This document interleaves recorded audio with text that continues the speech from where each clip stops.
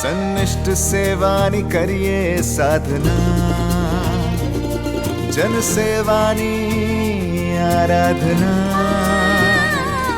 સન્નિષ્ઠ સેવાની કરીએ સાધના, જન સેવાની આરાધના. સહજ સરળ રીતિને આપણી જનહિતની નીતિ,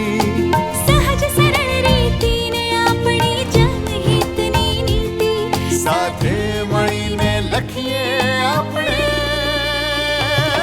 જય ગાથા ગુજરાતની, યશ ગાથા ગુજરાતની, જય ગાથા ગુજરાતની, યશ ગાથા ગુજરાતની.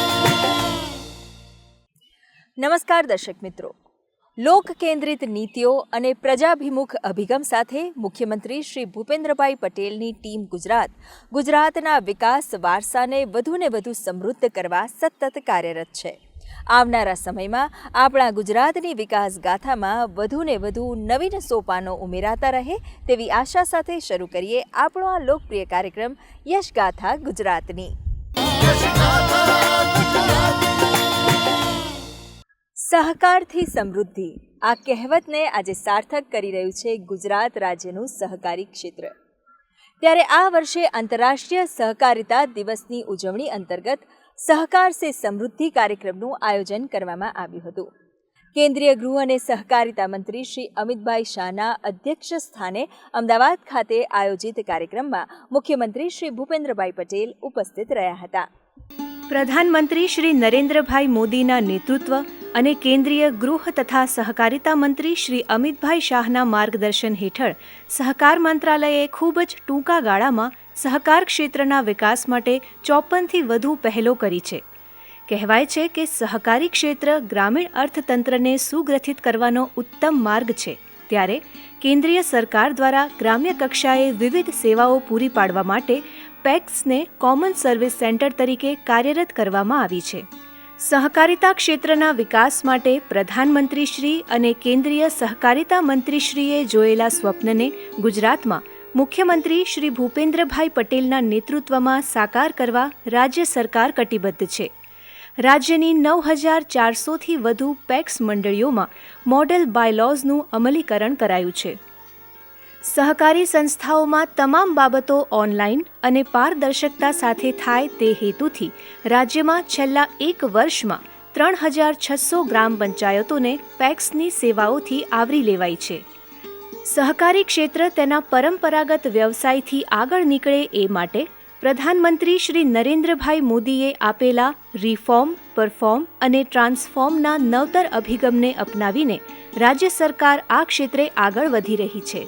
તાજેતરમાં 102માં આંતરરાષ્ટ્રીય સહકારિતા દિવસ નિમિત્તે કેન્દ્રીય ગૃહ અને સહકારિતા મંત્રી શ્રી અમિતભાઈ શાહના અધ્યક્ષ સ્થાને રાષ્ટ્રીય કક્ષાના સહકાર સે સમૃદ્ધિ કાર્યક્રમનું આયોજન કરવામાં આવ્યું હતું, જ્યાં મુખ્યમંત્રી શ્રી ભૂપેન્દ્રભાઈ પટેલ ઉપસ્થિત રહ્યા હતા. આ અવસરે સહકાર મંત્રી શ્રી અમિતભાઈ શાહ અને મુખ્યમંત્રી શ્રી ભૂપેન્દ્રભાઈ પટેલના હસ્તે દિલ્હીમાં અમૂલના પહેલા ઓર્ગેનિક સ્ટોરનું વર્ચ્યુઅલ માધ્યમથી લોકાર્પણ કરવામાં આવ્યું હતું. આ ઉપરાંત સહકાર સાથે સંકળાયેલા ખેડૂતોને નેનો યુરિયા કીટ એનાયત કરવામાં આવી હતી અને નેશનલ કોઓપરેટિવ ઓર્ગેનિક્સ લિમિટેડના ભારત ઓર્ગેનિક આટાનું લોન્ચિંગ પણ કરવામાં આવ્યું હતું. આ અવસરે કેન્દ્રીય મંત્રી શ્રી અમિતભાઈ શાહે કહ્યું હતું કે સહકારિતા ક્ષેત્ર કરોડો ભારતીયોના જીવન સાથે જોડાયેલું ક્ષેત્ર છે, જે નાગરિકોના જીવનમાં મોટા બદલાવ લાવવા સક્ષમ છે. આ ક્ષેત્ર દેશના અર્થતંત્રનો સૌથી મજબૂત સ્તંભ બની વર્ષ 2047 સુધીમાં વિકસિત ભારતના નિર્માણમાં મહત્વની ભૂમિકા ભજવશે. એક महत्वपूर्ण योगदान ग्रामीण अर्थव्यवस्था और एग्रीकल्चर अर्थव्यवस्था में कोऑपरेटिव सेक्टर दे रहा है.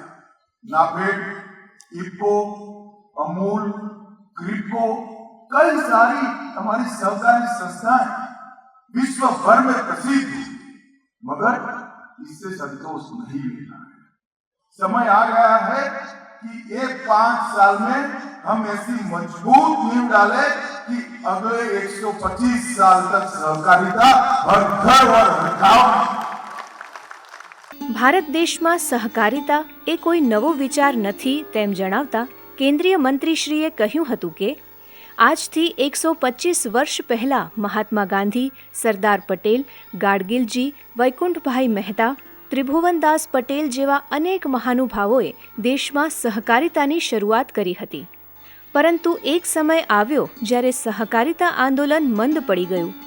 ત્યારે આઝાદીના 75 વર્ષ બાદ પ્રધાનમંત્રી શ્રી નરેન્દ્રભાઈ મોદીએ સહકાર પ્રવૃત્તિને ફરી વેગવાન બનાવવા અલાયદા સહકારિતા મંત્રાલયની શરૂઆત કરીને સહકારી આંદોલનને ફરી વેગ આપ્યો છે. सहकार के माध्यम से भारत सरकार ने इथेनॉल और मक्के का उत्पादन करने वाले किसानों की समृद्धि बढ़े, इसके लिए ढेर सारे कदम उठाए. मक्के की खरीद हमारे दोनों कोऑपरेटिव के माध्यम से ऑनलाइन कर दी जाएगी. आपको जितना मक्का उत्पादन करना है इतना करिए, वो एमएसपी पर खरीदा जाएगा और इससे इथेनॉल बनाएगा. किसान की तो समृद्धि बढ़ेगी, परंतु साथ में पेट्रोल की आयात कम कर हम देश के खजाने को भी विदेशी मुद्राओं से समृद्ध करने का एक पुण्य कार्य करेंगे. કેન્દ્રીય મંત્રી શ્રી અમિતભાઈ શાહે કહ્યું હતું કે મુખ્યમંત્રી શ્રી ભૂપેન્દ્રભાઈ પટેલના સબળ નેતૃત્વ હેઠળ ગુજરાત સરકારે ખેડૂતોને નેનો યુરિયા અને નેનો ડીએપીની ખરીદી પર 50%ની વિશેષ સહાય આપવા માટેનો મહત્વપૂર્ણ નિર્ણય કર્યો છે. પારંપરિક યુરિયાના સ્થાને નેનો યુરિયા અને નેનો ડીએપી પ્રવાહીનો ઉપયોગ કરવાથી યુરિયાનો વપરાશ ઘટશે, જેથી પાક અને જમીનની ગુણવત્તા સાથે માનવ સ્વાસ્થ્યમાં પણ નોંધપાત્ર સુધારો થશે. મુખ્યમંત્રી શ્રી ભૂપેન્દ્રભાઈ પટેલે જણાવ્યું હતું કે દેશભરમાં પ્રાથમિક સહકારી મંડળીઓના આર્થિક સશક્તિકરણના તેમજ સહકારી ક્ષેત્રને અદ્યતન ટેકનોલોજીયુક્ત બનાવવાના અનેક આયામો સફળ થયા છે. આજે ગ્રામ પંચાયત સ્તર સુધી પેક્સ અને સહકારી મંડળીઓ કાર્યરત થઈ છે. 93,000 જેટલા પેક્સ કેન્દ્રોનો ડિજિટલ ટેકનોલોજી સાથે મલ્ટીપર્પઝ સર્વિસ સેન્ટર તરીકે વિકાસ કરવામાં આવ્યો છે. સહકારી ક્ષેત્રની સફળતા સમાજના અન્ય ક્ષેત્રના વિકાસમાં પણ મદદરૂપ બનવા લાગી છે. આપણી અમૂલ અને બનાસ ડેરી જેવી સંસ્થાઓ તો સહકારને એક વૈશ્વિક જન આંદોલન બનાવી દીધું છે. પ્રાકૃતિક ખેતી, નેચરલ ફાર્મિંગ સહકારી ધોરણે વિકસાવવા 412 જેટલી પ્રાકૃતિક ખેતી સહકારી મંડળીઓ ગુજરાતમાં કાર્યરત છે.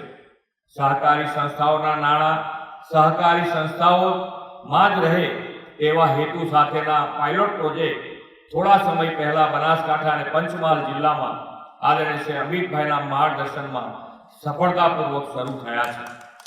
ગુજરાતમાં સહકારી ક્ષેત્રની વિશેષતાઓ જણાવતા મુખ્યમંત્રી શ્રી ભૂપેન્દ્રભાઈ પટેલે કહ્યું હતું કે 83,000થી વધુ મંડળીઓના 2,30,00,000થી વધુ સભાસદો સહકારિતાથી સમાન હેતુ, સમાન હિત, સમાન ધ્યેયની ભાવનાથી કાર્યરત છે. રાજ્યની સહકારી સંસ્થાઓ હવે મેડિકલ કોલેજથી લઈને વિદ્યાર્થીઓના ભાવિ ઘડતર માટેના સેવા કાર્યોમાં યોગદાન આપી રહી છે. આ અવસરે સહકાર રાજ્યમંત્રી શ્રી જગદીશભાઈ વિશ્વકર્મા, ગુજરાત વિધાનસભાના અધ્યક્ષ શ્રી શંકરભાઈ ચૌધરી સહિત વિવિધ મહાનુભાવો ઉપસ્થિત રહ્યા હતા.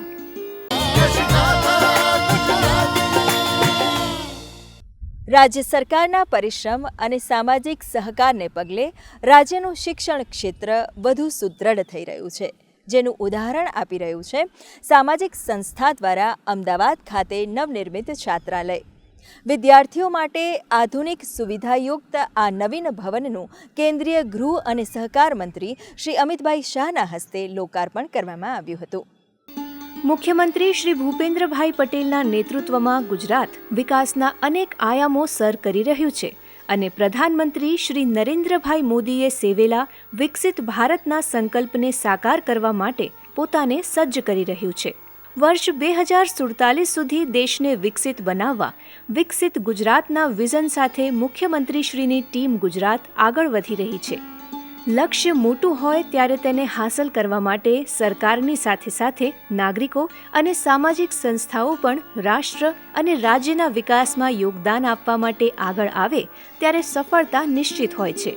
ગુજરાતની પણ વિવિધ સામાજિક સંસ્થાઓ સ્વાસ્થ્ય, શિક્ષણ, પર્યાવરણ જેવા વિવિધ ક્ષેત્રે અનેકવિધ પગલાં લઈ રહી છે. તાજેતરમાં કેન્દ્રીય ગૃહમંત્રી શ્રી અમિતભાઈ શાહના હસ્તે શ્રી કડવા પાટીદાર સમાજના અમીન PJKP વિદ્યાર્થી ભવનનું લોકાર્પણ કરવામાં આવ્યું હતું. અમદાવાદ ખાતે નિર્મિત અદ્યતન સુવિધાઓથી સજ્જ આ વિદ્યાર્થી ભવનના લોકાર્પણ અવસરે મુખ્યમંત્રી શ્રી ભૂપેન્દ્રભાઈ પટેલ ઉપસ્થિત રહ્યા હતા. આ અવસરે કેન્દ્રીય મંત્રી શ્રી અમિતભાઈ શાહે વિદ્યાર્થીઓને કહ્યું હતું કે ગમે તેવી પરિસ્થિતિ હોય, હંમેશા હસતા રમતા અને મક્કમતાથી સામનો કરીને આગળ વધતા રહેવું. જીવનમાં આગળ વધવા માટે એક લક્ષ્ય નક્કી કરવો અને તેને હાંસલ કરવા માટે તે દિશામાં ચોક્કસ અને સતત પ્રયત્નો કરતા રહેવું આવશ્યક છે. દેશ માટે મરવાની જરૂર નથી, પણ દેશ માટે જીવવાની જરૂર છે. તમે જે કંઈ કરો જીવનમાં એ દેશ માટે કરીશ. સારા CA બનો તો દેશ માટે, સારા ડોક્ટર બનો તો દેશ માટે, IAS IPS વ્યાપારી અને નાગરિક બનો, ગૃહિણી બનો તો પણ દેશ માટે હું કામ કરીશ. એ ભાવ જ્યાં સુધી શરીર રહે ત્યાં સુધી આપણે જાળવી રાખવું.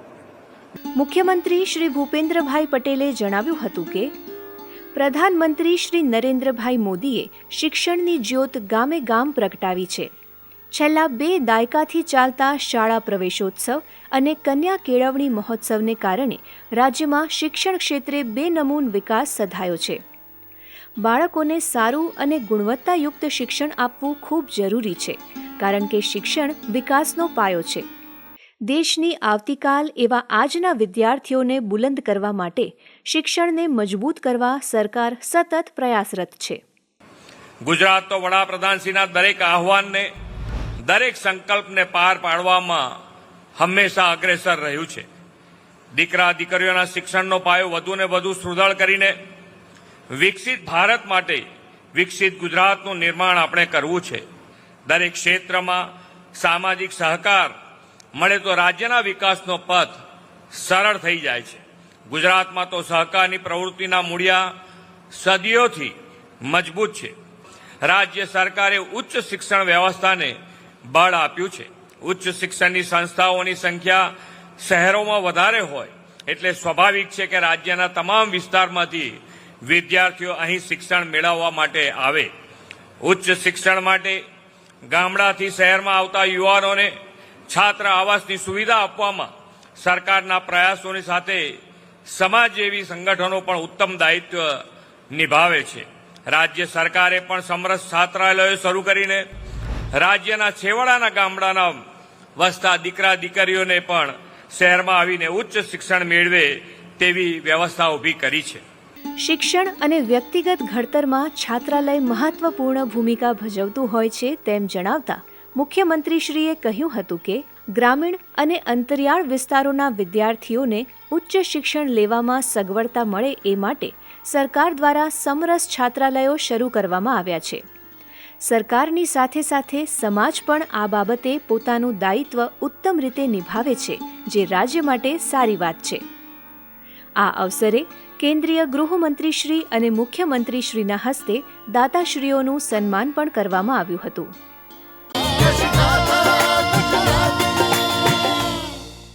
ગુજરાતના દરેક જિલ્લામાં આજે પ્રાકૃતિક ખેતીનો વ્યાપ વધ્યો છે. વિવિધ સરકારી સ્તરેથી સહાય મેળવીને રાજ્યના ખેડૂતો આજે રસાયણ મુક્ત ખેતી તરફ વળ્યા છે.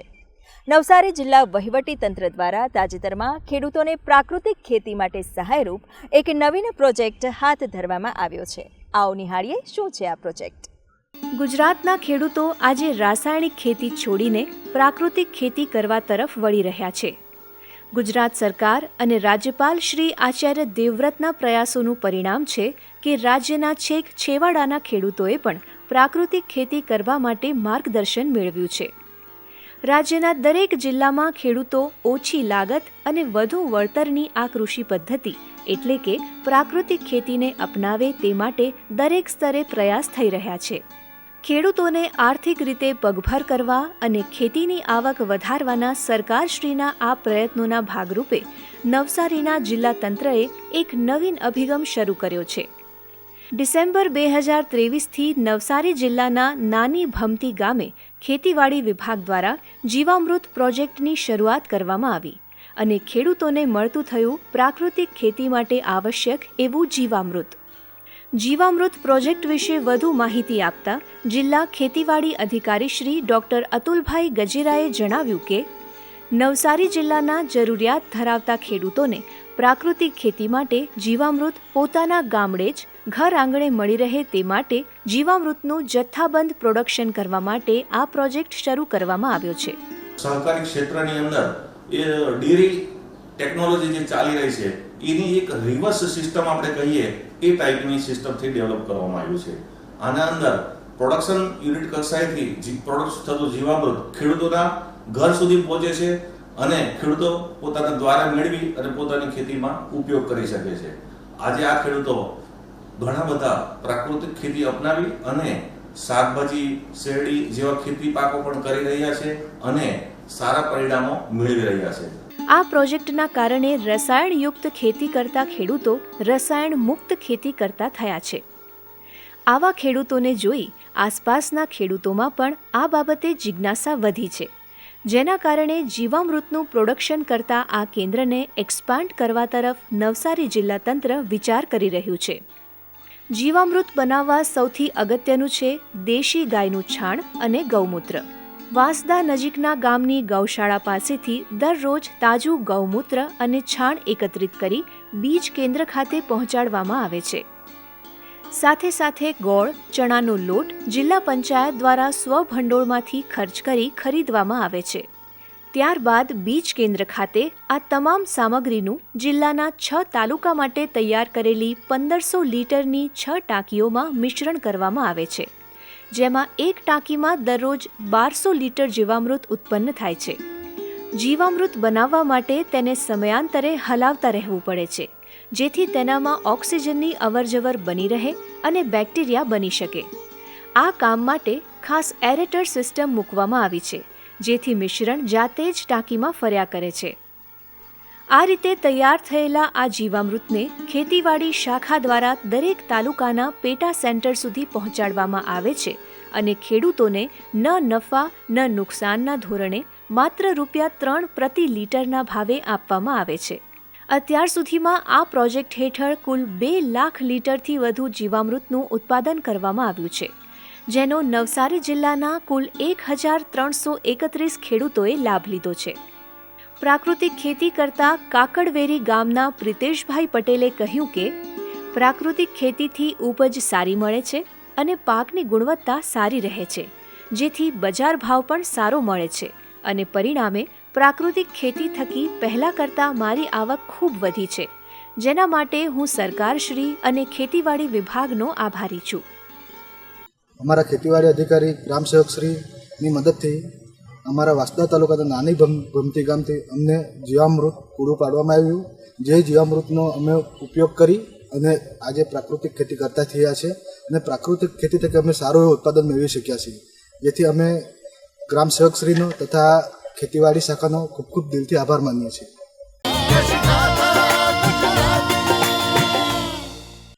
દર્શક મિત્રો, ગત સપ્તાહે ગુજરાત રાજ્યમાં થયેલ વિવિધ વિકાસ કાર્યો અને પ્રવૃત્તિઓને નિહાળીએ સમાચાર સારાંશમાં.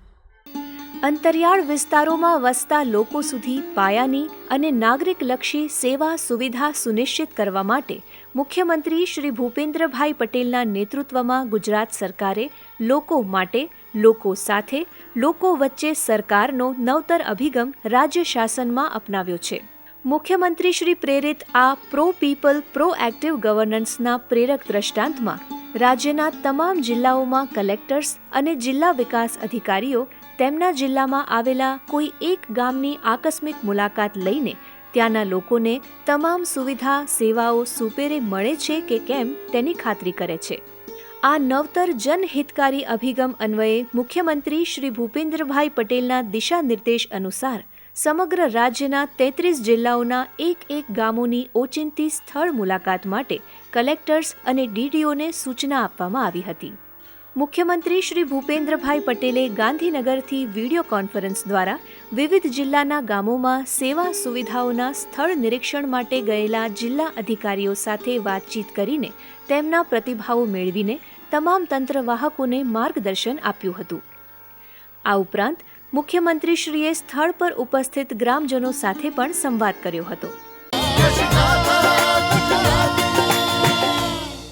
તાજેતરમાં મુખ્યમંત્રી શ્રી ભૂપેન્દ્રભાઈ પટેલના નેતૃત્વમાં રાજ્યવ્યાપી શાળા પ્રવેશોત્સવ 2024નું આયોજન કરવામાં આવ્યું હતું. શાળા પ્રવેશોત્સવની આ 21મી શૃંખલામાં સહભાગી થયેલા મંત્રીશ્રીઓ, પદાધિકારીશ્રીઓ અને અધિકારીશ્રીઓના પ્રતિભાવો મેળવવા મુખ્યમંત્રી શ્રી ભૂપેન્દ્રભાઈ પટેલની અધ્યક્ષતામાં પ્રતિભાવ બેઠક યોજાઈ હતી.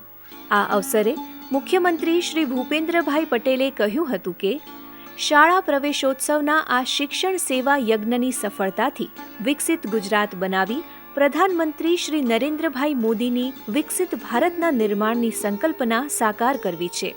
ગ્રામીણ અંતરિયાળ આદિવાસી વિસ્તારો સુધી હવે અદ્યતન શિક્ષણ સહુલિયત પહોંચી છે તેમ જણાવતા મુખ્યમંત્રીશ્રીએ કહ્યું હતું કે આ અદ્યતન સુવિધાઓનો પૂરતો લાભ બાળકોને મળે તે માટે શાળા પ્રવેશોત્સવ જેવા આયામોથી આપણે સૌ સાથે મળીને હજુ વધુ સારું પરિણામદાયી કામ કરીએ તે પણ એટલું જ જરૂરી છે. આ અવસરે રાજ્યના મંત્રીશ્રીઓ સહિત વિવિધ અધિકારીશ્રીઓ ઉપસ્થિત રહ્યા હતા.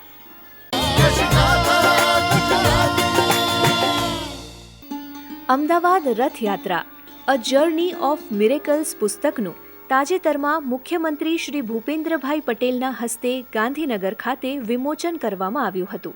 મુખ્યમંત્રીશ્રીએ આ પ્રસંગે જણાવ્યું હતું કે રથયાત્રા વર્ષોથી સૌના સહિયારા પ્રયાસોથી નિર્વિઘ્ને યોજાય છે. એ કોઈ ચમત્કારથી કમ નથી. સહિયારા પ્રયાસ અને મેનેજમેન્ટના ઉત્તમ ઉદાહરણ સમાન આ રથયાત્રાથી પ્રભુ જગન્નાથ પ્રત્યેની આસ્થા નવી પેઢીમાં વધુ દ્રઢ થાય તેવા અનેક ઉદાહરણોથી આ પુસ્તક અવગત કરાવશે. નિવૃત્ત આઈપીએસ અધિકારી અને અમદાવાદ શહેરના પૂર્વ પોલીસ કમિશનર શ્રી સંજય શ્રીવાસ્તવ, શ્રી કમલેશ આચાર્ય અને સુશ્રી રેખા શ્રીવાસ્તવ દ્વારા સહલિખિત આ પુસ્તકના વિમોચન અવસરે ગૃહ રાજ્યમંત્રી શ્રી હર્ષભાઈ સંઘવી, વિવિધ અધિકારીશ્રીઓ અને સંતો મહંતો ઉપસ્થિત રહ્યા હતા.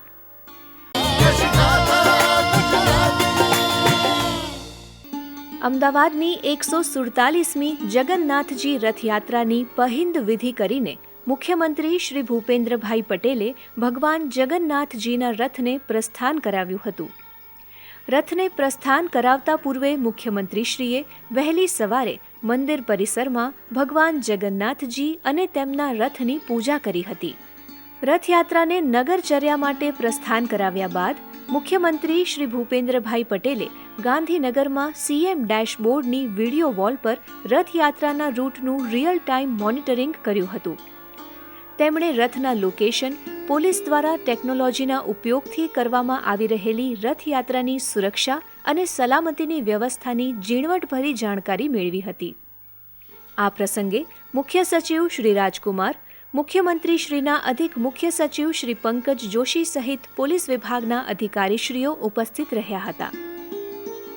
દર્શક મિત્રો, યશગાથા ગુજરાતની કાર્યક્રમ અહીં સમાપ્ત થાય છે. ફરી મળીશું ગુજરાતના વિકાસની અવનવી વાતો સાથે આ જ કાર્યક્રમમાં આવતા સપ્તાહે. ત્યાં સુધી આપની રજા લઈએ. નમસ્કાર.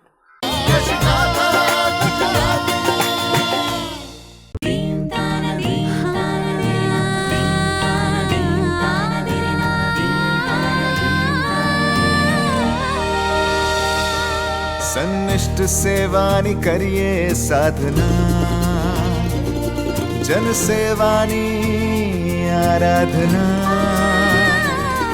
સન્નિષ્ઠ સેવાની કરીએ સાધના, જન સેવાની આરાધના.